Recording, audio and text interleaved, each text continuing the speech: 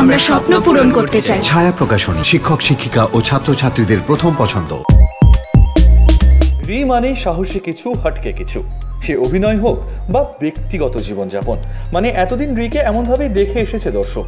সেই রি নিজেকে পাল্টে ফেললেন, মানে চেনা রি কিনা অচেনা হলেন তার কথাতেই সেটা পরিষ্কার।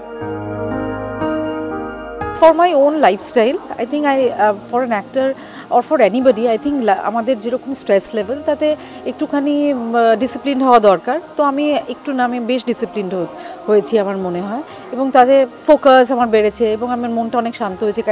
একটা যে কোনো কাজ করি, এবং মেগা সিরিয়ালে করতে গেলে এখানে আমাদের অনেকক্ষণ অপেক্ষা করতে হয়, অনেকক্ষণ ওয়েট করতে হয়, এবং সেই জন্য আমার মনে হয় যে একটু পেশেন্স দরকার, এবং সেই জন্য একটু মেডিটেশন করছি, এইসব করছি আর কি। আই ওয়াজ লাইক এক জায়গায় বেশিক্ষণ বসে থাকতে পারতাম না, ছটপটে চঞ্চল।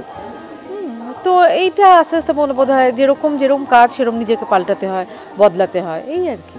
যেমন অবতারই হোক না কেন, এক বিশাল সংখ্যক দর্শক কিন্তু রিকে বারবার পর্দায় দেখতে চান নানা রকম চরিত্রে। আর ঠিক সেটাই করে চলেছেন অভিনেত্রী।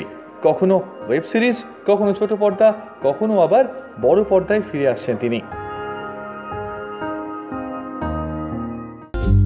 টলিপাড়ার লেটেস্ট নিউজ আর এক্সক্লুসিভ ভিডিওর সঙ্গে আপডেট থাকতে এখনই সাবস্ক্রাইব করুন আমাদের ইউটিউব চ্যানেল। বেল আইকনে ক্লিক করতে ভুলবেন না যেন।